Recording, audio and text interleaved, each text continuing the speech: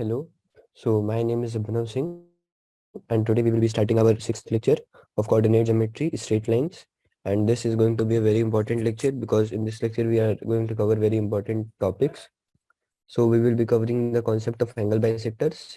We will be seeing that how to find the angle bisectors, how to find the acute angle bisector, obtuse angle bisector, and also we will see that how we can find the angle bisector that contains a definite point, and we will be looking into the various properties of angle bisectors and how they can be used to solve various geometric problems and the problem involving incident ray and reflected ray and all of these.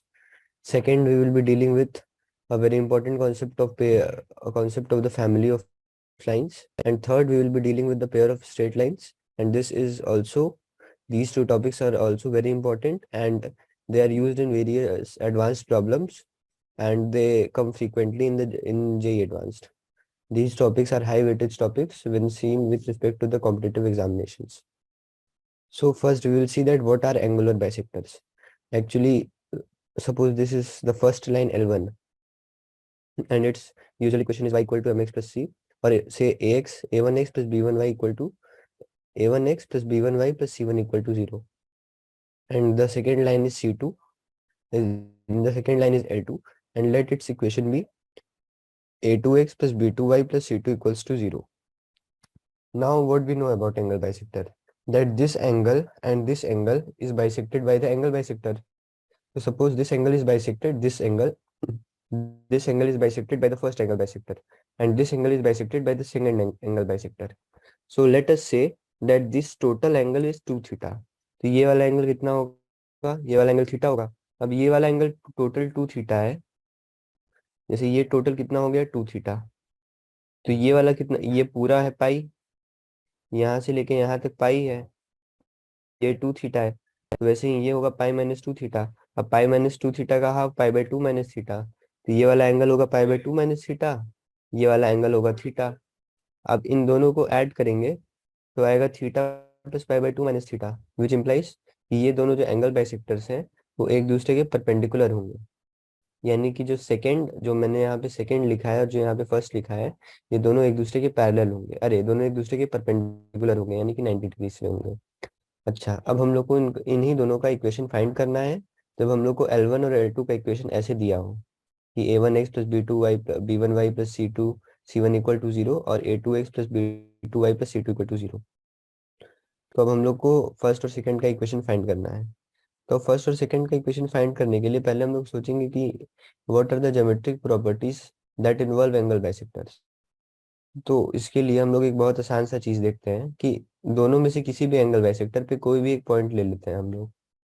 जैसे ये point हम लोग ने ले लिया और फिर यहाँ से परपेंडिकुलर ड्रॉप कर दिए, और मतलब L2 पे एक परपेंडिकुलर ड्रॉप कर दिए और एक L1 पे परपेंडिकुलर ड्रॉप कर दिए. तो ये एंगल थीटा है, ये भी एंगल थीटा है, ठीक है, ये भी बराबर है. तो right R H S congruence से, यानी कि राइट एंगल हाइपोटेन्यूस साइड, या आर एच एस नहीं, sorry sorry, S A S congruence, A S से कॉन्ग्रुएंस से, ए एस ए, यानी कि दो एंगल सेम हो और साइड सेम हो. ये वाला एंगल भी सेम होगा इस वाले एंगल के, क्योंकि ये 90 माइनस थीटा होगा, क्योंकि ये 90 है ये थीटा है, तो ये 90 माइनस थीटा होगा, वैसे ही ये भी 90 माइनस थीटा होगा. तो इस वाली लाइन पे जो दोनों एंगल्स बन रहे हैं वो भी सेम है और ये साइड तो कॉमन है ही. तो एक साइड कॉमन है और उसके जो दो रिलेटेड एंगल्स थे वो भी सेम है. तो ए एस से कॉन्ग्रुएंस से हम लोग कह सकते हैं कि ये दोनों ट्राइंगल जो है वो कॉन्ग्रुएंट होंगे. और कॉन्ग्रुएंट होंगे तो क्या होगा कि ये वाले लेंथ, ये वाला परपेंडिकुलर का लेंथ और ये वाला परपेंडिकुलर का लेंथ बराबर होगा. अब सेम टू सेम चीज इस वाले एंगुलर बाइसेक्टर के लिए भी होगी, मतलब वो टोटल सेम ही रहेगा. तो अब हम लोग इसका डिस्टेंस, मतलब हम लोग कह सकते हैं कि कोई भी पॉइंट इस वाले एंगुलर बाइसेक्टर पे है, मान ले अल्फा कॉमा बीटा, तो वो इस चीज को सेटिस्फाई करेगा कि उसकी इस वाले लाइन से डिस्टेंस और इस वाले लाइन से डिस्टेंस बराबर होगी. तो चलो मान लेते हैं कि कोई अल्फा कॉमा बीटा है, that is which is lying on one of the angular bisectors, ठीक है. तो फिर हम लोग क्या कह सकते हैं कि a1 alpha plus b1 beta plus c1 upon under root A square plus B square, a1 square plus b1 square, और इसका मॉड, क्योंकि डिस्टेंस के बारे में हम लोग बात कर रहे हैं, ये किसके बराबर है? A2 alpha plus B2 beta plus C2 divided by under root A2 square plus B2 square. अब इस वाली इक्वेशन को अगर हम लोग ध्यान से देखें तो ये मॉड को अगर हम लोग हटाना चाहें तो मॉड दोनों साइड मॉड हटा के हम लोग क्या कर सकते हैं, किसी भी एक साइड प्लस और माइनस लिख सकते हैं।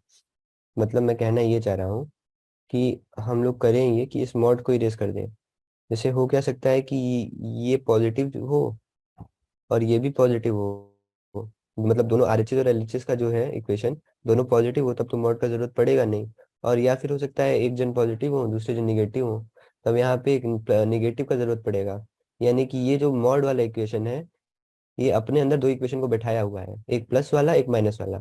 और ये दो इक्वेशन होने भी चाहिए थे, क्योंकि दो इक्वेशन होंगे तभी तो इन दोनों बाइसेक्टर्स का इक्वेशन निकलेगा।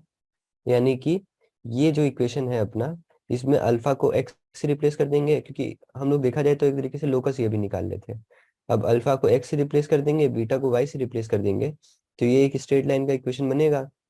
और ये मतलब ये एक बार दो स्ट्रेट लाइंस का इक्वेशन बनेगा। और अगर हम लोग कोई एक साइन ले लें, प्लस ले लें या माइनस ले लें, तो वो जो स्ट्रेट लाइन का इक्वेशन बनेगा वो एक ना एक एंगल बाइसेक्टर को यहाँ से रिप्रेजेंट करेगा। तो ये बहुत इंपॉर्टेंट कॉन्सेप्ट है और इसका फॉर्मूला भी बहुत आसान है। बस हम लोग को करना क्या है, अगर जो दोनों लाइंस दी हैं उन दोनों लाइंस में, जैसे ये दिया है ये पहली लाइन है तो इसको डिवाइड कर देना है इसके कोएफिशिएंट्स के स्क्वायर के सम से, और इसको बराबर कर देना है प्लस माइनस दूसरे लाइन के कोएफिशिएंट के स्क्वायर्स के सम से। तो ये तो हो गया बेसिक एंगल बाइसेक्टर्स। और दोनों एंगल बाइसेक्टर्स का लोकस या इक्वेशन साथ में कैसे निकलता है। अब हम लोग आगे की चीज देखते हैं जो कि पूछी जाती है। अब जैसे हम लोग को यहाँ पे दिया हुआ है, पहला लाइन दिया है, दूसरा लाइन दिया है। अब हम लोग को कह रहा है कि for the straight lines 4x plus 3y minus 6 equals to 0 and 5x plus 12y plus 9 equals to 0, find the equation of the bisector of the obtuse angle between them. अच्छा, ऑब्ट्यूज एंगल बिटवीन देम हम लोग को निकाला है। यानी कि अगर ये जो दोनों लाइंस हैं इसमें अगर ये बाइसेक्टर 1 है और ये बाइसेक्टर 2 है, तो इन बाइसेक्टर 1 और बाइसेक्टर 2 में से कौन सा ऐसा बाइसेक्टर है जो जिस एंगल को बाइसेक्ट कर रहा है वो ऑब्ट्यूज हो। अब जैसे ये पूरा एंगल जो है यहाँ से लेके यहाँ तक ये 180 डिग्री है, तब अगर ये 90 डिग्री पे ना हो दोनों लाइंस, जो कि बहुत एक्सट्रीम केस हो जाएगा, तो एक एंगल इसमें से ये वाला एंगल एक्यूट होगा, ये वाला ऑब्ट्यूज होगा, या ये वाला एक्यूट होगा और ये वाला ऑब्ट्यूज होगा। तो हम लोग को ऐसा एंगल बाइसेक्टर फाइंड करना है जो कि ऑब्ट्यूज एंगल को बाइसेक्ट करे। अच्छा अब वो हम लोग कैसे फाइंड करेंगे, चलो देखते हैं। तो पहले हम लोग अपना काम ये करते हैं कि पहले हम लोग जो दोनों इक्वेशन का साइमल्टेनियस इक्वेशन है दोनों बाइसेक्टर्स का, वो प्लस माइनस के फॉर्म में निकाल लेते हैं कि हम लोग कुछ स्टेप तो आगे बढ़े हैं। तो ये मैं देखो कैसे जल्दी से करता हूँ। मुझे पता है कि 4 स्क्वायर प्लस 3 स्क्वायर का अंडर रूट 5 होता है, और 5 स्क्वायर प्लस 12 स्क्वायर का अंडर रूट 13 होता है। तो मैं सीधे सीधे इधर 13 लिख दूँ और इधर प्लस माइनस 5 लिख दूँ, तो मेरा काम हो जाएगा। मैंने किया क्या, मतलब कुछ किया नहीं खास, मैं बस जल्दी करने के लिए बता रहा हूँ कि कैसे एग्जामिनेशन में हम लोग चीज़ों को जल्दी कर सकते हैं। यहाँ पे हम लोग 5 लिखते हैं तो इस 5 को हम डायरेक्टली यहाँ पे ले जाके मल्टीप्लाई कर दे रहे हैं। और यहाँ पे डिनोमिनेटर में 13 लिखते हैं तो इस 13 को डायरेक्ट जाके यहाँ पे मल्टीप्लाई कर दे रहे हैं, जिससे हम लोग का थोड़ा सा काम आसान हो जाए, थोड़ा सा, ज़्यादा नहीं। पर ये सब छोटी छोटी चीज़ें हम लोग यूज़ करेंगे तो हम लोग का क्वेश्चन में थोड़ा थोड़ा टाइम बचेगा, जो कि एग्जाम में बहुत यूजफुल होगा। अच्छा, अब प्लस वाले को लेते हैं एक बार। अब मैं लिख दे रहा हूँ कि प्लस वाले को लिया मैंने। प्लस वाले को लिया तो एक्स का कोएफिशिएंट क्या आएगा, एक साइड 52 है एक साइड 25 है, तो यहाँ पे आएगा 27। अच्छा, अब वाई वाले का इक्वेशन क्या आएगा, अरे वाई वाले का कोएफिशिएंट क्या आएगा, तो वाई वाले का कोएफिशिएंट निकालना है तो एक बार देख लो, यहाँ 39 आ रहा है, यहाँ पे 60 आ रहा है, तो 39 माइनस 60 कितना होगा, -21 होगा। और कांस्टेंट क्या आएगा, यहाँ पे आ रहा है -78, यहाँ पे आ रहा है 45, तो 78 प्लस 45 निगेटिव में, यानी कि कितना हो गया 78 123। अब ये 9 से जाएगा, अरे 3 से जाएगा, तो इक्वेशन क्या बनेगा, 9x -7y -41 इक्वल टू 0। अच्छा, अब जो दूसरा इक्वेशन है वो क्या होगा, दूसरा इक्वेशन हमको क्या पता है, 7x प्लस 9y के फॉर्म का होगा, क्योंकि वो तो परपेंडिकुलर ही होना है। और हमको कांस्टेंट देखना है तो चलो निकाल ही लेते हैं, कोई ऐसा शॉर्टकट तो दिख नहीं रहा है। माइनस के लिए यहाँ पे 52 होगा, यहाँ पे -25 होगा, तो 52 प्लस 25 कितना हो जाएगा, 77। वैसे ही वाई में यहाँ पे 39 होगा, यहाँ पे 60 होगा, तो 39 + 60 कितना हो जाएगा, 99। और कांस्टेंट की बात किया जाए तो यहाँ पे -78 होगा, यहाँ पे -45 होगा, तो -78 + 45 कितना होगा, -33 होगा। अब ये 11 से जाएगा तो फाइनल इक्वेशन क्या आ जाएगा अपना, 7x + 9y -3 = 0। अब जो चीज़ बताएंगे वो बहुत मतलब इंपॉर्टेंट कॉन्सेप्ट है कि हमको क्या निकालना है, bisector of the obtuse angle between them. यानी कि मतलब ऑब्ट्यूज, अब एक्यूट अभी मत देखो, अभी छोड़ो। मान लो हमारे पास दोनों बाइसेक्टर का इक्वेशन मिल गया, दोनों लाइंस का इक्वेशन मिल गया। अब हम लोग दो लाइंस के बीच का एंगल निकालना तो जानते ही हैं। अब अगर इस वाली लाइन के बीच का एंगल, ये वाला जो एंगल है, ये मैं निकालता हूँ, और ये जो है 45 से बड़ा आता है, मान लेते हैं 45 से बड़ा आता है, तो ये वाला जो एंगल है वही ये वाला भी एंगल होगा, तो ये भी ग्रेटर देन 45 आएगा। अरे ये एंगल बाइसेक्टर है, तब ये दोनों एंगल तो बराबर ही होने हैं। और ये टोटल एंगल कितना हो जाएगा, ग्रेटर देन 90 हो जाएगा, यानी कि ये ऑब्ट्यूस एंगल हो गया। यानी कि ये फन वन जो है वो ऑब्ट्यूस एंगल बाइसेक्टर हो गया। यानी कि हम लोग क्या करना है, फर्स्ट का और किसी भी एक लाइन का, जो गिवन लाइंस हैं दोनों के बीच का, फर्स्ट और किसी भी L1 या L2 में से, मान लो L1 से ही फर्स्ट और L1 के बीच का एंगल निकाल लो, tan थीटा निकाल लो। और अगर वो tan थीटा का मॉड, क्योंकि मतलब लाइंस के बीच के एक्यूट एंगल की बात कर रहे हैं 1 और L1 के, तो इसलिए tan थीटा का मॉड में बोल रहा हूँ। उस tan थीटा का मॉड जो है वो ग्रेटर देन 1 है, यानी कि 1 is going to be an obtuse angle bisector. और उस tan थीटा का मॉड, यानी कि tan m1 - m2 का मॉड अगर लेस देन 1 है, then it is going to be an obtuse angle bisector. तो प्लस वाले के लिए पहले देख लेते हैं क्या है हो रहा है। प्लस वाले का tan थीटा कितना है, प्लस वाले का tan थीटा निकालने के लिए 7y को उस साइड लेते जाओ, तो 9/7 आ रहा है। अच्छा, तो tan थीटा में डायरेक्ट ऐसे लिखता हूँ, tan थीटा, tan थीटा का फॉर्मूला क्या होता है, m1 - m2 divided by mod of m1 - m2 divided by 1 + m1 m2। तो m1 मेरा है 9/7, m2 मेरा है -4/3, और 1 + m1 m2 क्या है, 1 + 9/7 इंटू -4/3। ये -4/3 का माइनस मैंने बाहर किया है। तो अब ये क्या हो जाएगा, इसको कैलकुलेट करते हैं हम लोग फटाक से। ये 27, 28, 55। न्यूमरेटर आया अपना 55/21, 55/21। और डिनोमिनेटर क्या आया, डिनोमिनेटर यहाँ पे 21, 21 - 36, 15, 15/21। तो tan थीटा अपना क्या आ गया, tan थीटा आ गया 55/15। ये 21 कट गया, तो 55/15 जो भी हो, मतलब दिस इज ग्रेटर देन 1। यानी कि हम लोग क्या कह सकते हैं, हम लोग डेफिनेटली ये कह सकते हैं कि ये अगर अपना 1 है, ये वाला 1 है, तो ये वाला एंगल जो है वो 45 से बड़ा है, तो ये वाला एंगल भी 45 से बड़ा है, यानी कि ये टोटल एंगल जो है वो 90 से बड़ा है। यानी कि कौन सा एक्यूट एंगल, अरे ऑब्ट्यूस एंगल बाइसेक्टर होगा, ये वाला जो है वो ऑब्ट्यूस एंगल बाइसेक्टर होगा। यानी कि फर्स्ट का आंसर क्या हो जाएगा, ये 9x - 7y - 41। अब ये जब ऑब्ट्यूस एंगल बाइसेक्टर है, तो जो दूसरा वाला है वो एक्यूट एंगल बाइसेक्टर होगा। मतलब ऐसा नहीं है कि ये ग्रेटर देन 1 आ गया और उसके बाद हम लोग को एक्यूट पूछा है तो हम लोग एक्यूट वाला निकालने लगे। नहीं नहीं, ऐसा नहीं करना है। एक बार पता चल गया कि ये वाला ऑब्ट्यूस है, तो दूसरा वाला एक्यूट होगा, ऑब्वियस सी बात है। तो ये फर्स्ट का आंसर हम लोग का होगा 9x - 7y - 51, और सेकंड का आंसर होगा 7x + 9y - 3 = 0। अच्छा, अब नेक्स्ट क्वेश्चन को देखते हैं। अगला क्वेश्चन कह रहा है कि bisector of the angle which contains the origin. तो ये कैसे निकलेगा, मतलब पहले देखते हैं क्वेश्चन कहना क्या चाह रहा है, bisector of the angle which contains the origin. जैसे अब ये वाला ओरिजिन मान लो इस वाले सेगमेंट में है या उसके अपोजिट वाले सेगमेंट में है, तब अब जो बाइसेक्टर इधर से जाएगा उसको हम लोग कहेंगे कि this bisector lies in the portion that contains the origin, या फिर शॉर्ट में हम लोग कहेंगे कि this is the bisector which contains the origin, क्योंकि ये वाला बाइसेक्टर उस वाले रीजन में लाई कर रहा है, या उस वाले रीजन से लाइन, मतलब लाइंस को बाइसेक्ट कर रहा है जिसमें ओरिजिन भी है, या फिर यहाँ पे लाई करे ओरिजिन, या फिर यहाँ पे लाई करे। तो जो bisector that contains the origin अगर पूछा जाएगा तो हम लोग ये वाला बाइसेक्टर कहेंगे। अच्छा, तो अब जो हम लोग का प्रॉब्लम दिया था उसमें हम लोग को क्या पता था, दोनों लाइन का इक्वेशन भी पता था और हम लोग दोनों बाइसेक्टर्स का इक्वेशन भी निकाल लिए थे।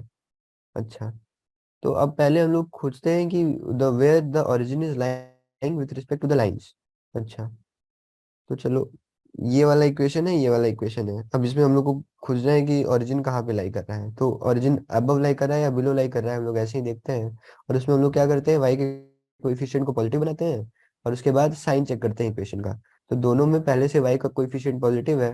अब 0,0 रखेंगे तो इधर निगेटिव आया और इधर पॉजिटिव आया। अच्छा, मतलब लाइन जो है अपना, क्या बोलते हैं, पॉइंट जो है वो ऐसी इक्वेशन ऐसी जगह पे लाई कर रहा होगा जो एक लाइन के नीचे हो दूसरे लाइन के ऊपर हो।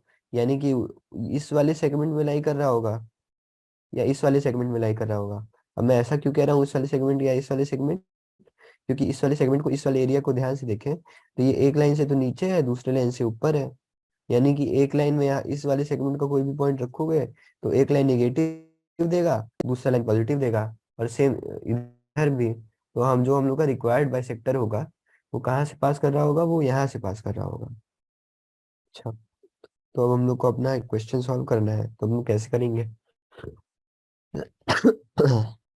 तो ये जो इक्वेशन दिया है 9x - 7y - 41, इस पे कोई अच्छा सा अगर हम लोग पॉइंट चुन ले। अच्छा, ये जो सेकंड इक्वेशन दिया है, मान लो 7x + 9y - 3, तो एक बात देखो कि 0,1/3 इस वाली लाइन पे लाई करेगा कि नहीं करेगा? करेगा।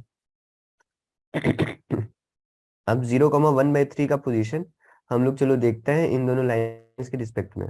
तो 0,1/3 पहले वाले लाइन में रखेंगे तो यहाँ पे 0 आया, यहाँ पे 3 × 1/3 1, तो ये 1 - 6 - 5, यानी कि पहली लाइन से तो निगेटिव आ गया। अब दूसरी लाइन से देखते हैं, दूसरी लाइन में सारे कोएफिशिएंट्स ही पॉजिटिव है, दूसरी लाइन से पक्का पॉजिटिव आएगा। तो ये भी जो पॉइंट है 0,1/3, ये भी पॉइंट जो है वो पहली बात तो इस बाइसेक्टर पे लाई कर रहा होगा और दूसरी बात ये इन्हीं दोनों में से किसी रीजन पे लाई कर रहा होगा। और ओरिजिन भी अपना इसी साइड का ही है। तो the bisector that contains the origin will be this bisector.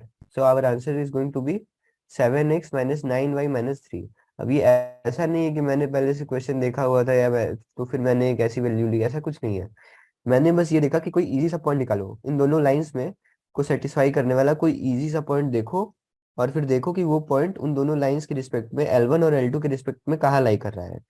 अगर L1 से और L2 से जो उसका डिस्टेंस आ रहा है, जो उसके साइन आ रहा है, वो प्रोडक्ट जो है, यानी कि L1 और L2, मतलब DL1 और DL2 with the coefficient of y positive, अगर ये पॉजिटिव आ रहा है और जो ओरिजिन को रखने पे भी ये पॉजिटिव आ रहा है, then this will be the required bisector. और अगर दोनों निगेटिव आ रहा है then that will be the required bisector. मतलब मैं कहना क्या चाह रहा हूँ, हमने कैसे कैसे किया इस क्वेश्चन को, ये देखो। पहले हम लोग ने ओरिजिन का पोजीशन निकाला L1 और L2 के रिस्पेक्ट में। और ओरिजिन का पोजीशन निकालने पे हम लोग को पता चला कि वो एक लाइन से पॉजिटिव है, एक लाइन से निगेटिव है, एक लाइन से ऊपर है, एक लाइन से नीचे है।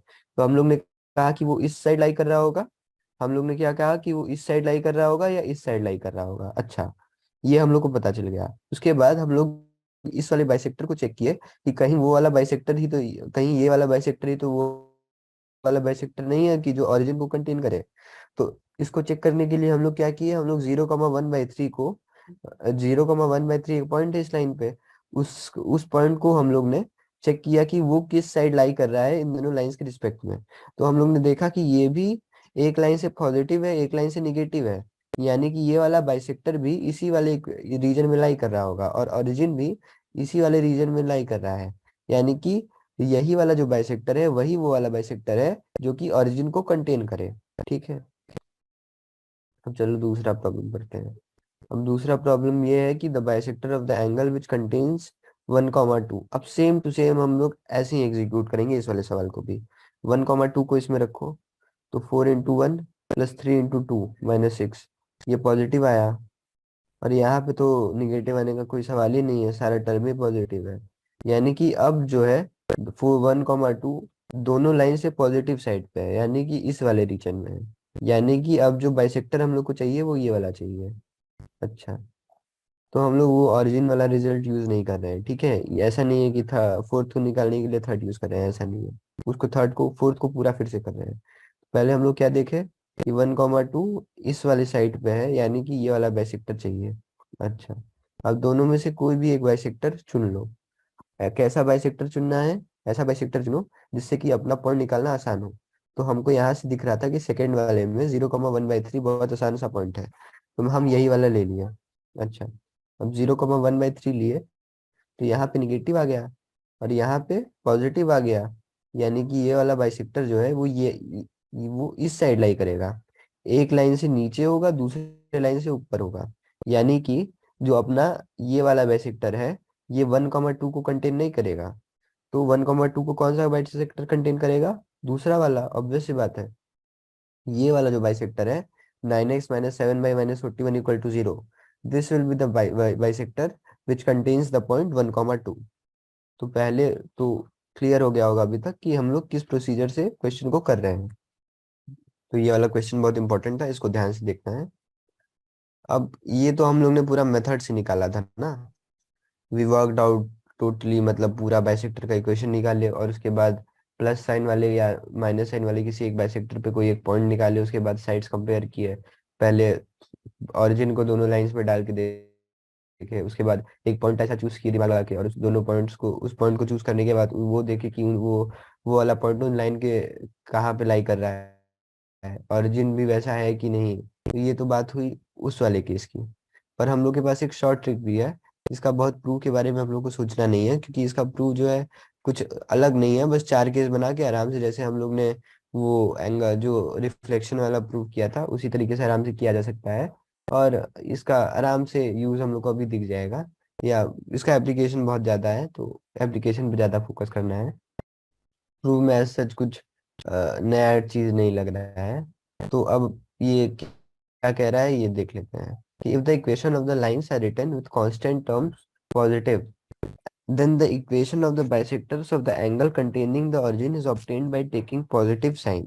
ठीक है, मतलब ये कह रहा है कि अगर तुमको निकालना हो एंगल बाइसेक्टर्स कंटेनिंग ओरिजिन, तो पहले तुम क्या करो कि इक्वेशन ऑफ द लाइंस को, वो जो जो लाइंस की दोनों इक्वेशन है उन दोनों को पहले पॉजिटिव बना लो, उनके कांस्टेंट टर्म्स को पॉजिटिव बना लो। कांस्टेंट टर्म को ध्यान रखना, हम लोग जब पोजीशन ऑफ पॉइंट निकाल रहे थे तब वाई के कॉरेस्पॉन्डिंग जो टर्म था उसको पॉजिटिव बना रहे थे, और यहाँ पे हम लोग कांस्टेंट टर्म को पॉजिटिव बना रहे हैं। अच्छा, और उसके बाद फिर कह रहा है कि पॉजिटिव साइन ले लो, यानी कि मतलब ये एंगल बाइसेक्टर कंटिन्यूइंग ओरिजिन का सीन हो गया।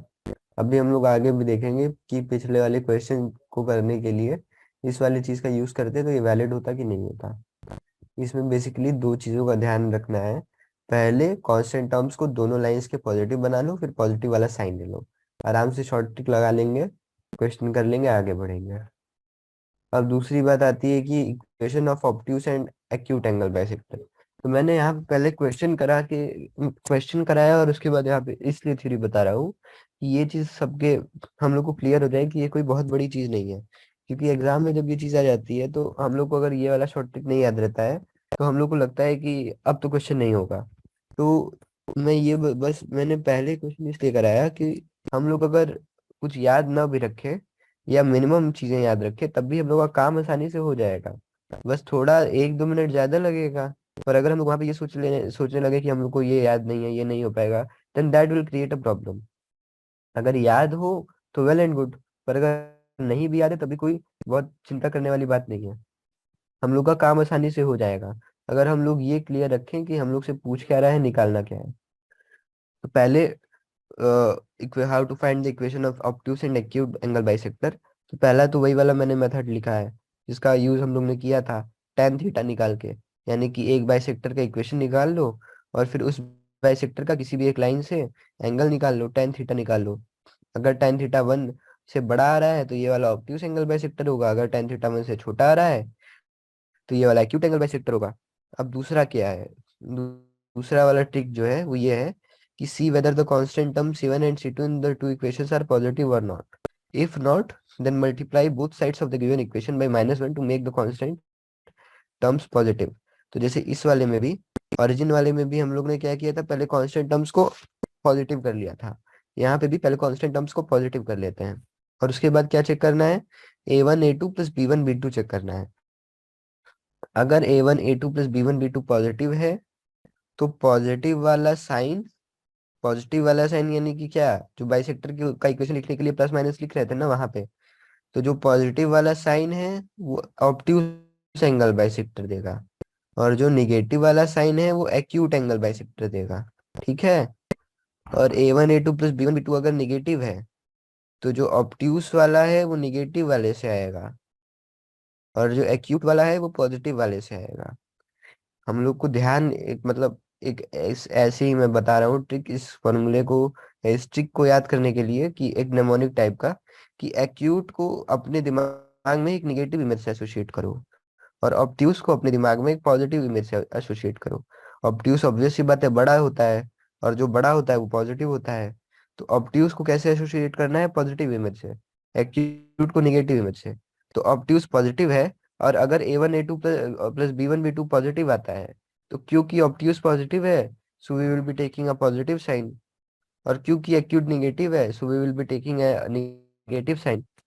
और अगर A1 A2 plus B1 B2 negative आता है, तो क्योंकि ऑब्ट्यूस पॉजिटिव है, so we will be taking a negative sign, because negative times negative gives positive. और क्योंकि एक्यूट निगेटिव है, we will be taking a positive sign. तो ये जो ट्रिक है ये बहुत ही ज्यादा हेल्पफुल रहेगी अपने काम को बहुत जल्दी से करने में। पर फिर से मैं इस बात को बहुत ही इम्फेसाइज करके कहना चाहूंगा कि अगर ये नहीं भी याद हो तो इससे हम लोग का काम चल जाएगा। बस टाइम 1 मिनट 2 मिनट ज्यादा लगेगा, पर अगर इसको यूज करते करते प्रोफिशिएंट हो जाएंगे तो कोई दिक्कत ही नहीं है। पर हम लोग को कोशिश ये करनी है कि सेकंड याद रहे, क्योंकि सेकंड को याद रखना बहुत बड़ी चीज नहीं है। बस उसमें करना क्या है, C1 C2 को पहले पॉजिटिव बनाना है, फिर A1 A2 plus B1 B2 का साइन चेक करना है। अगर A1 A2 plus B1 B2 का साइन पॉजिटिव है तो ऑब्ट्यूस वाला पॉजिटिव होगा, और निगेटिव वाला एक्यूट होगा। अगर A1 A2 plus B1 B2 का साइन निगेटिव है तो निगेटिव वाला ऑब्ट्यूस होगा, और पॉजिटिव वाला एक्यूट होगा। और इसके लिए मैंने एक और निमोनिक बताई। निमोनिक क्या बताई, कि ऑब्ट्यूस को अपने दिमाग में कैसे एसोसिएट करो पॉजिटिव इमेज के साथ, क्योंकि वो बड़ा होता है। तो पॉजिटिव चाहे लाने के लिए हमेशा पॉजिटिव इंटू पॉजिटिव करोगे या निगेटिव इंटू निगेटिव करोगे। तो A1 plus A2 plus B1 B2 अगर पॉजिटिव हो तो ऑब्ट्यूज कैसे मिलेगा, पॉजिटिव वाले से मिलेगा। और A1 A2 plus B1 B2 अगर निगेटिव हो तब ऑब्ट्यूज कैसे मिलेगा, निगेटिव वाले से मिलेगा। तो ये सारी चीजें हम लोग को ध्यान में रखनी है। अब एक और तीसरा भी तरीका है। ये तरीका मतलब एज सच बहुत यूज में नहीं आता है, पर कभी कभी कुछ क्वेश्चंस ऐसे होते हैं जो इसी से बहुत जल्दी सॉल्व हो जाए, या कोई कोई इन्फॉर्मेशन हम लोग को ऐसे मिली रहती है कि इस वाली चीज पे ध्यान चला जाए तो अपना काम बहुत आसानी से निकल जाए। तो इसलिए इसको भी ध्यान में रखना है, ये टोटल ज्योमेट्रिकल है, कोई बहुत बड़ी चीज नहीं है। क्या है, कि मान लो ये दोनों अपने बाइसेक्टर्स हैं, और ये रेड वाली जो लाइंस हैं ये लाइंस हैं। अच्छा, और हम लोग को कहे कि कौन सा बाइसेक्टर क्या है निकालो, तो हम लोग अपनी इस वाली लाइन पे कोई एक पॉइंट ले लिए, और उस पॉइंट की डिस्टेंस निकाले दोनों बाइसेक्टर्स से। तो मान लो ये वाला एंगल थीटा है, तो और ये वाला लेंथ एल है, तो D1 क्या होगा, L साइन थीटा, या फिर D साइन थीटा। और D2 क्या होगा, D2 होगा D साइन 90 - थीटा, यानी कि D कॉस थीटा। और अगर D1 ग्रेटर देन D2 है, यानी कि sine theta greater than cos theta, यानी कि थीटा ग्रेटर देन 45, तो ये वाला थीटा है ये 45 से बड़ा होगा। तो ये वाला लेंथ क्या होगा, फर्स्ट क्या होगा, फर्स्ट तब ऑब्ट्यूस एंगल बाइसेक्टर होगा। और अगर D1 लेस देन D2 है, यानी कि tan थीटा लेस देन 1, तब फर्स्ट क्या होगा, तब फर्स्ट एक्यूट एंगल बाइसेक्टर होगा। तो इसमें हम लोग को करना क्या है, कि जो लाइंस दी हैं हम लोग को, उन पे कोई एक पॉइंट ले लेना है, और उस पॉइंट से दोनों बाइसेक्टर्स की डिस्टेंस देखनी है। अगर जिस बाइसेक्टर की डिस्टेंस ज्यादा है, that is going to be obtuse angle bisector. Distance ज्यादा है यानी कि ये वाला एंगल ज्यादा होगा। ये वाला एंगल ज्यादा होगा तो ये पक्का 45 से बड़ा ही होगा, क्योंकि इसका और इसका सम तो 90 है, दोनों बाइसेक्टर्स 90 डिग्री पे हैं। तो कोई भी एक पॉइंट लो, उस पॉइंट से दोनों डिस्टेंस देखो, और वो डिस्टेंस जो डिस्टेंस बड़ी हो, जिस बाइसेक्टर से इस पॉइंट की डिस्टेंस ज्यादा हो, वो वाला बाइसेक्टर ऑब्ट्यूस एंगल बाइसेक्टर होगा। और जिस बाइसेक्टर से इस वाले लाइन की डिस्टेंस कम, इस वाले पॉइंट की डिस्टेंस कम हो, वो वाला obtuse acute sorry sorry sorry acute angle bisector होगा वो वाला। यानी कि डिस्टेंस ज्यादा तो ऑब्ट्यूस, डिस्टेंस कम तो एक्यूट। वही मैंने लिखा है। If D1 is greater 1 is obtuse angle bisector, if D2 is greater 2 is obtuse angle bisector. तो चलो ये वाला अपना पुराना वाला क्वेश्चन था कि 4x plus 3y minus 6 5x plus 12y plus 9 find the equation of the bisector that contains the origin. तो ओरिजिन कंटेन करने के लिए पहले क्या करना था, दोनों कांस्टेंट को निगेटिव, अरे दोनों कांस्टेंट को पॉजिटिव बनाना था। तो ये यहीं पे बना ले रहे हैं, यहाँ पे मैंने बना लिया, फिर से नहीं लिखा, ठीक है। और उसके बाद पॉजिटिव वाला साइन लेना था, यानी कि पॉजिटिव वाला साइन लेते तो क्या आता, यहाँ पे आता 5, यहाँ पे आता 13, तो 13 में यहाँ एक्स का कोइफिशिएंट क्या आता, एक्स का कोइफिशिएंट आता यहाँ पे 52, यहाँ पे 25, 77, यानी कि वो 7x वाला आता। यहाँ से देख ले रहे हैं, फिर कैलकुलेट करने का कोई मतलब नहीं है। मतलब जो एक्स का कोइफिशिएंट है वो 77 है, हमको ये पता चल गया। तो इक्वेशन कौन सा आता, 7x प्लस 9y माइनस 3। और ऐसे कौन सा इक्वेशन आया था, ऐसे भी यही आंसर आया था। जब हमने पूरे मेथड से किया था तो हमने यही किया था ना कि 0,1/3 पे निकाला था कि ये this is a point on this line and this point also lies on the same side of origin, so this is the bisector that contains the origin। तो इस तरीके से भी 7x प्लस 9y माइनस 3 आ रहा है, और इस तरीके से भी 7x प्लस 9y माइनस 3 आ रहा है। यानी कि अपना जो ये C1 C2 वाला मेथड है, इस C1 C2 को दोनों को पॉजिटिव बना लो और उसके बाद पॉजिटिव वाला साइन ले लो। ये भी मेथड एकदम सही है, इसमें भी कोई ग्लिच नहीं है, कोई गड़बड़ नहीं है, ठीक है। और फिर अब निकालते हैं ऑब्ट्यूज एंगल बाइसेक्टर और एक्यूट एंगल बाइसेक्टर। पहले A1 A2 plus B1 B2 का साइन देखते हैं। तो यहाँ पे A1 पॉजिटिव है, A2 निगेटिव है, B1 पॉजिटिव है, B2 निगेटिव है। तो A1 A2 plus B1 B2 पक्का से क्या होगा, निगेटिव ही होगा। कैलकुलेट करने का भी बहुत जरूरत नहीं है, हर समय कैलकुलेट नहीं करते हैं, केवल साइन देख के अगर काम चल रहा है तो वेल एंड गुड। अब यहाँ पे मुझे क्या दिख रहा था कि A1 जो है निगेटिव है, A2 पॉजिटिव है, तो A1 A2 क्या हो गया, निगेटिव हो गया। B1 जो है निगेटिव है, B2 पॉजिटिव है, तो B1 B2 क्या हो गया, निगेटिव हो गया। तो टोटल पूरा क्या हो जाएगा, निगेटिव हो जाएगा, ठीक है। तो अब ये निगेटिव हो गया, तो ऑब्ट्यूज एंगल बाइसेक्टर कैसे मिलेगा, निगेटिव वाले साइन से मिलेगा। और एक्यूट एंगल बाइसेक्टर कैसे मिलेगा, पॉजिटिव वाले साइन से मिलेगा। पॉजिटिव वाले साइन से मिलेगा, यानी कि ये वाले भाई जो हैं, ये ये वाले अपने एक्यूट एंगल बाइसेक्टर होंगे। और 9x माइनस 7y वाले जो हैं वो ऑब्ट्यूज एंगल बाइसेक्टर होंगे। तो पहले हम लोग आंसर मैच करते हैं। हम लोग का आंसर क्या है कि 7x प्लस 9y माइनस 3 जो है वो है अपना acute angle bisector. Negative into positive होता है ना, तो 7x plus 9y minus 3 is acute angle bisector. Let us see that whether we are correct और रॉन्ग। सो tan थीटा 9/7 वाला लेते थे हम लोग तो ग्रेटर देन 1 आता था, यानी कि ये वाला जो है ये वाला जो है ये ऑब्ट्यूस आता है और ये वाला एक्यूट आता है। यानी कि हम लोग ने 7x प्लस 9y माइनस 3 को पहले भी एक्यूट कहा था, अभी भी एक्यूट कह रहे हैं, और ये एक्यूट एंगल बाइसेक्टर ही है। यानी कि दिस मेथड वर्क्स। तो इस मेथड को मैं फिर से एक बार रिवाइज करवा देता हूँ। क्या करते हैं हम लोग, A1 A2 plus B1 B2 का साइन चेक करते हैं। अगर A1 A2 plus B1 B2 negative आता है, तो जो बाइसेक्टर में निगेटिव वाला इक्वेशन है ये हम लोग को देता है, बाइसेक्टर में निगेटिव वाला इक्वेशन हम लोग को ऑब्ट्यूज एंगल बाइसेक्टर देता है। पॉजिटिव वाला इक्वेशन एक्यूट एंगल बाइसेक्टर देता है। इसमें एक चीज का ध्यान रखना है कि कॉन्स्टेंट्स को दोनों को पॉजिटिव बना लेना है। और अगर A1 A2 plus B1 B2 positive आता है, तो निगेटिव वाला साइन जो है वो एक्यूट एंगल बाइसेक्टर देता है और पॉजिटिव वाला साइन ऑब्ट्यूज एंगल बाइसेक्टर देता है, ठीक है। अब ये भी एक इम्पॉर्टेंट क्वेश्चन है, इसको भी हम लोग ध्यान से देख लेते हैं कि a ray of light is sent along the line x minus 2y minus 3। यानी कि ये एरो देख सकते हो, यानी कि ये इंसिडेंट रे है। इसका equation x minus 2y minus 3 equal to 0 है। अच्छा, upon reaching the line mirror 3x minus 2y minus 5, इस वाले लाइन मिरर का इक्वेशन है 3x minus 2y minus 5। The ray is reflected from it. Find the equation of the line containing the reflected ray। इसका equation निकालना है। दिया क्या है, ये रिफ्लेक्शन है इसका, तो ये वाला थीटा और ये वाला थीटा बराबर है। तो अब ये रिफ्लेक्टेड रे में ये थीटा बराबर है, तो ये क्या होगा, ये पाई बाय 2 माइनस थीटा होगा। ये हम लोग अपना बेसिक 10th लेवल ऑप्टिक्स से जानते हैं, क्योंकि ये नॉर्मल है तो normal is going to be perpendicular. और ये वाला पाई बाय 2 माइनस थीटा होगा, तो इस पूरे को देखो, ये 2 थीटा है, ये पाई बाय 2 माइनस थीटा है, इस पूरे को होना चाहिए था पाई माइनस थीटा, तो ये भी पाई बाय 2 माइनस थीटा होगा। तो क्वेश्चन तो मान लो मैं सॉल्यूशन कर ही दूंगा। मैं पहले अप्रोच की बात करता हूँ कि इसको करेंगे कैसे। तो बेसिकली हम लोग को क्या करना है कि ये वाला जो लाइन है इसके रिस्पेक्ट में इस वाले लाइन का रिफ्लेक्शन लेना है ना, यही करना है। या फिर एक और चीज देखो, इस वाली लाइन को पूरा एक्सटेंड कर दो। इस वाली लाइन को एक्सटेंड कर दिया हमने, तो ये वाला जो पार्ट है लाइन का, ये रिफ्लेक्शन है इस वाले पार्ट का इस वाले मिरर के रिस्पेक्ट में, क्योंकि ये भी पाई बाय 2 माइनस थीटा, ये भी पाई बाय 2 माइनस थीटा है।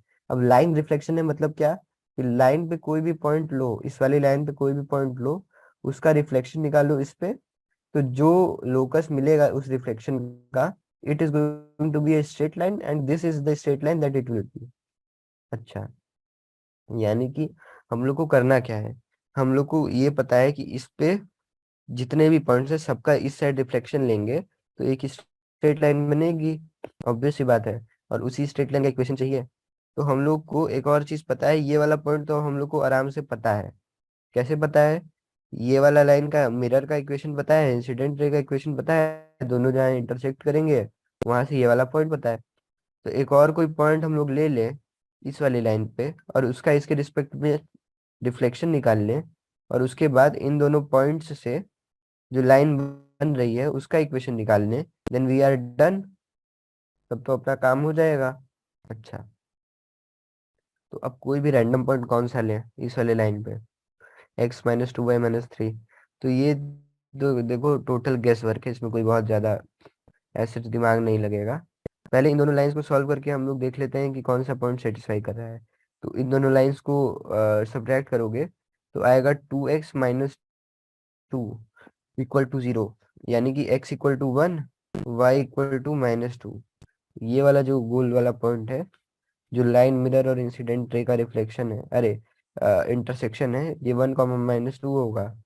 यहाँ पे इसको रख के भी देख सकते हैं।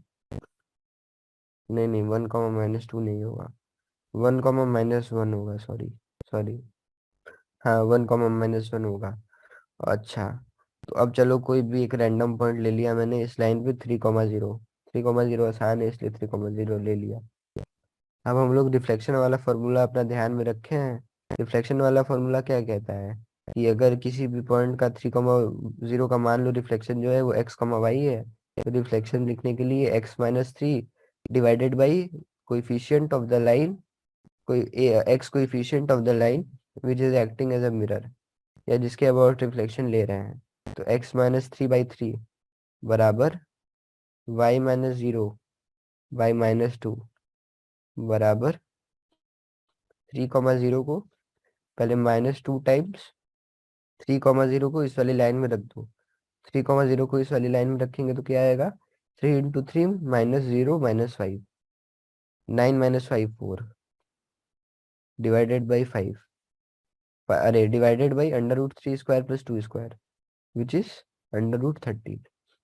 तो ये कैलकुलेशन बहुत ही गंदा जा रहा है। तो x अपना क्या आ जाएगा, x अपना आ जाएगा -8 -24, यानी कि 3 - 24/√13। और y अपना क्या आ जाएगा, 16/√13। एक्स वाई ये वाला मतलब ये वाला पॉइंट पता चल गया, ये वाला पॉइंट पता चल गया। तो इन दोनों पॉइंट से जो लाइन पास हो रही है उसका इक्वेशन हम लोग निकाल लेंगे आराम से। इसके बाद तो केवल कैलकुलेशन है। तो मैं आगे बढ़ रहा हूँ। अब हम लोग बात करेंगे, अब हम लोग बात करेंगे फैमिली ऑफ लाइंस का। तो आज की क्लास में थोड़ा सा इंट्रोडक्शन देके इसका एंड करूंगा। अरे सॉरी, हाँ। तो फैमिली ऑफ लाइंस क्या होती है, उसकी जरूरत क्या पड़ती है, पहले हम लोग ये समझते हैं। जैसे ये हम लोग को L1 दिया है, y = m1x + c, और ये हम लोग को L2 दिया है, y = m2x + d। अब हमारा मन ये कर रहा है कि इन दोनों लाइंस के जो पॉइंट ऑफ इंटरसेक्शन है उससे जो भी लाइन गुजरे उसका इक्वेशन हम लोग L1 और L2 के टर्म्स में लिख पाए। मेरी रिक्वायरमेंट ये है, क्योंकि अभी हम लोग आएंगे कि इसका बहुत ज्यादा रिक्वायरमेंट पड़ता है। जा रहा है एक कर्व ऐसे C2 जा रहा है, केवल स्ट्रेट लाइन भी कर्व्स, कोई एक ऐसे कर्व का इक्वेशन लिखना है इन दोनों के इंटरसेक्शन से। तो C1 और C2 के में ही वो वाला इक्वेशन की जरूरत हम लोग को बहुत है।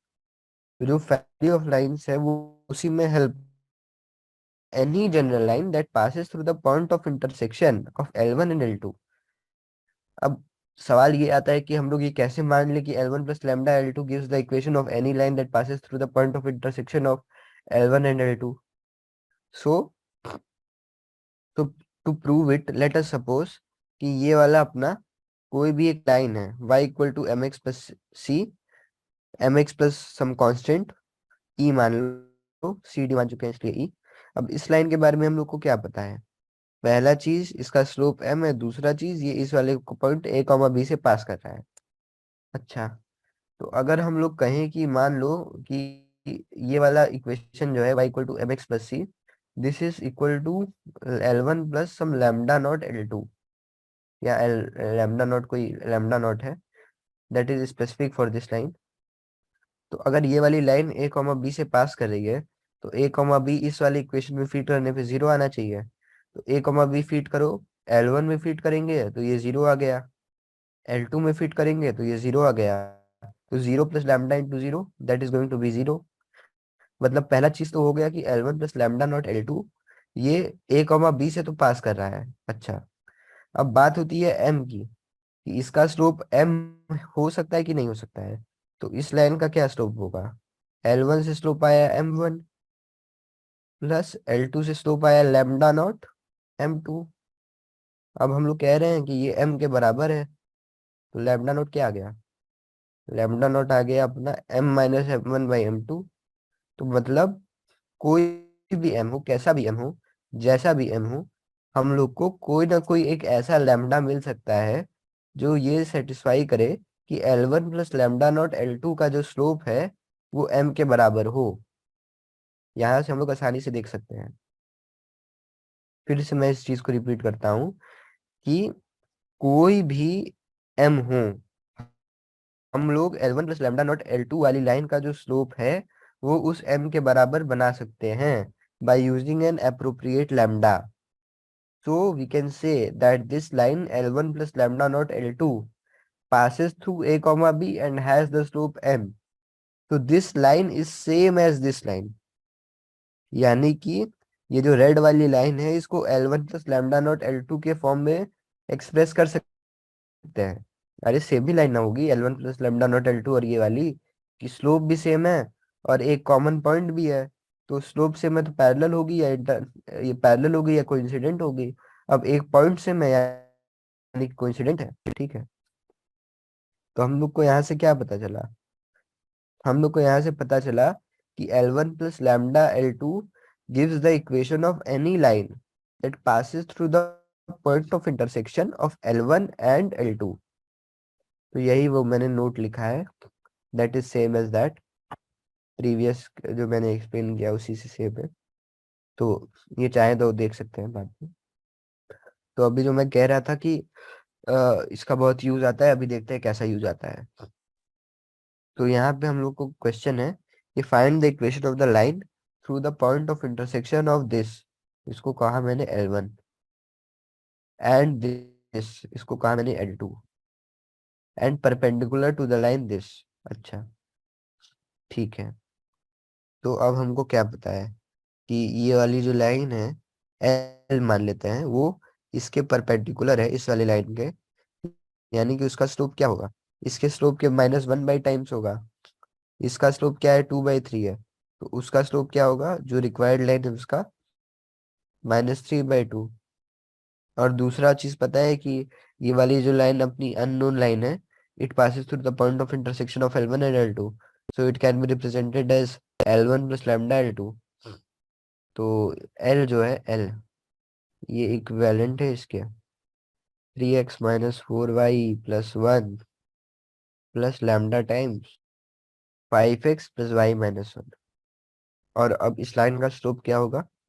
इस लाइन का स्लोप होगा x का कोएफिशिएंट डिवाइडेड बाय माइनस, अरे मतलब माइनस टाइम्स y का कोएफिशिएंट। x का कोएफिशिएंट है 3 प्लस 5 लैम्डा, y का कोएफिशिएंट है लैम्डा माइनस 4। अब इसको डायरेक्टली इक्वेट कर दो -3/2 के, तो एक लीनियर इक्वेशन बन गया लैम्डा में। यहाँ से लैम्डा अपन आसानी से निकाल लेंगे, माइनस माइनस कैंसिल, 2 को इस साइड ले गए तो बना 10 लैम्डा माइनस 10 लैम्डा प्लस 6 बराबर 3 लैम्डा माइनस 12। तो फिर आ गया कि लैम्डा बराबर -18/7। तो यहाँ पे हम लोग ने बिना कुछ भी बहुत कैलकुलेशन किए आसानी से क्या निकाल लिया? लैम्डा निकाल लिया। लैम्डा निकाल लिया तो L1 प्लस लैम्डा L2 में L1 पता ही है, L2 पता ही है, लैम्डा पता ही है, इक्वेशन ऑफ द लाइन पता चल गया। नहीं तो हम लोग अगर करना होता तो कैसे करते? हम लोग पहले पॉइंट ऑफ इंटरसेक्शन निकालते और उसके बाद स्लोप पॉइंट फॉर्म करके यूज करके इक्वेशन ऑफ द लाइन निकालते हैं। तो यहाँ पे हम लोग को कोई भी पॉइंट ऑफ इंटरसेक्शन ऐसे नहीं निकालना पड़ा, डायरेक्टली लैम्डा निकाले, लैम्डा निकाल के अपना काम हो गया। तो ये तो बहुत ही सिंपल जगह थी जहाँ पे हम लोग को थोड़ा सा फायदा होगा इसका फैमिली ऑफ लाइंस का यूज करके। पर आगे हम लोग देखेंगे कि ये फैमिली ऑफ लाइंस का कॉन्सेप्ट जो है ये बहुत ही जगह पे यूज हो सकता है और बहुत ही अच्छे क्वेश्चंस को सिंप्लीफाई कर सकता है।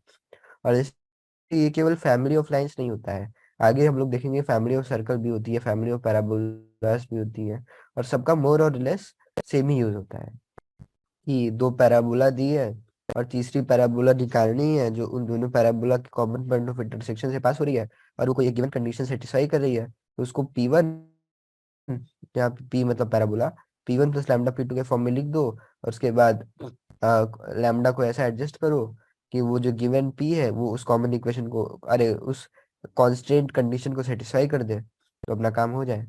तो आज के लिए इतना ही रखते हैं क्योंकि टाइम अप हो गया, और आगे हम लोग आज का जो कुछ क्वेश्चंस इस पे देखेंगे, फैमिली ऑफ लाइंस पे और pair of straight lines start करेंगे।